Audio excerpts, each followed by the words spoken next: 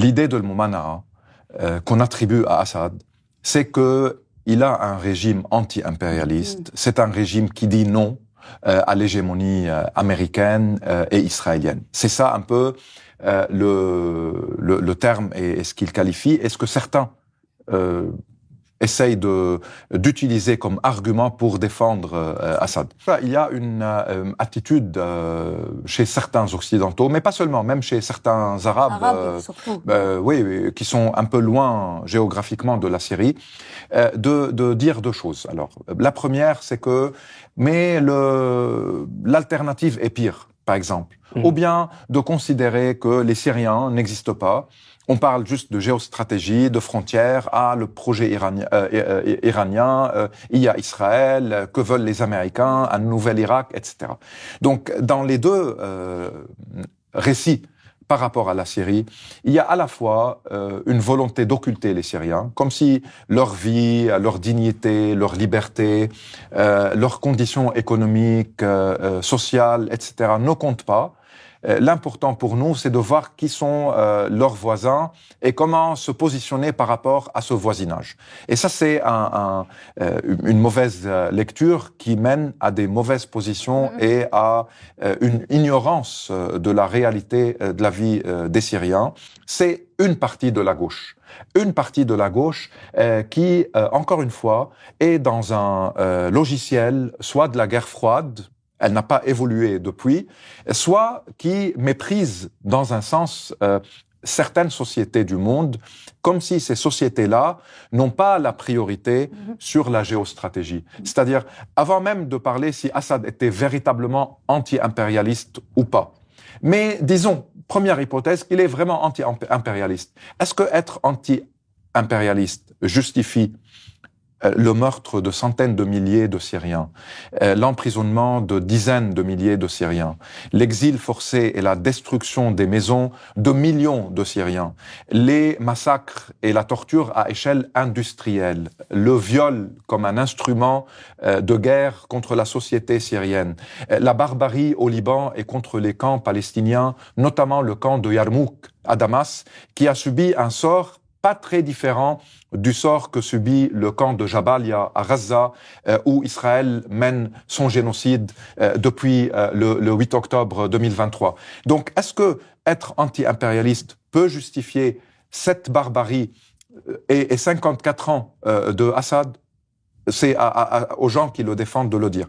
Deuxième hypothèse. Est-ce que Assad d'ailleurs était vraiment anti-impérialiste? Son père a envoyé son armée pour se battre sous le drapeau américain contre l'Irak en 91, en échange d'un rôle régional plus important. Lui-même et son père, Israël occupe le Golan syrien depuis juin 1967.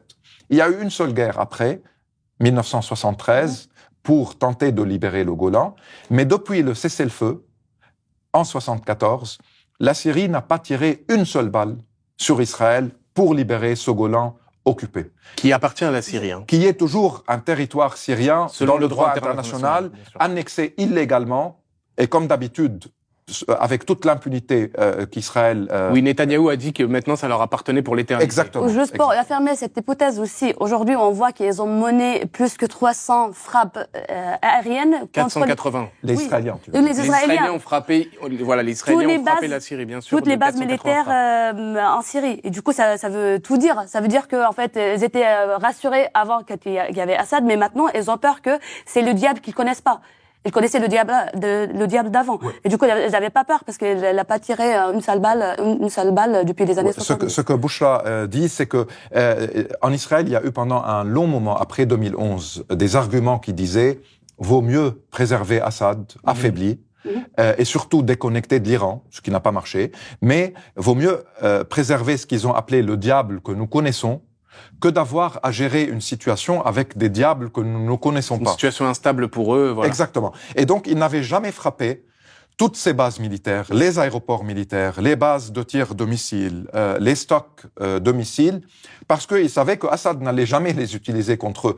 Maintenant qu'il est tombé, ça les inquiète qu'un des groupes qui peut arriver au pouvoir puisse les utiliser un jour ou voilà, que ça soit une menace militaire. Donc, Assad n'a jamais était anti-impérialiste véritablement que sur les chaînes de radio. Et il sait aussi, il a appris avec le temps une propagande qui vise à la fois à rassurer les extrêmes droites européennes, comme quoi c'est un homme de laïcité qui protège les minorités et qui déteste les musulmans et sa société arriérée et conservatrice, etc.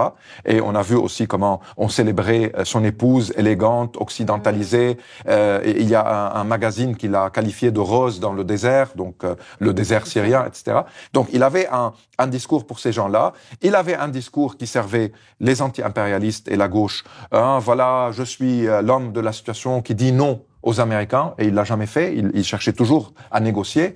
Et puis, il y a dans le monde arabe aussi des gens qui aiment bien Damas, ce que Damas représente, ils ont peur. On voit des islamistes arriver maintenant en puissance, ce qui est vrai, mais on peut discuter de cela, à Damas, même si en disant que ce sont juste des islamistes, encore une fois, on occulte le peuple syrien, qui a une grande richesse, une diversité et des aspirations.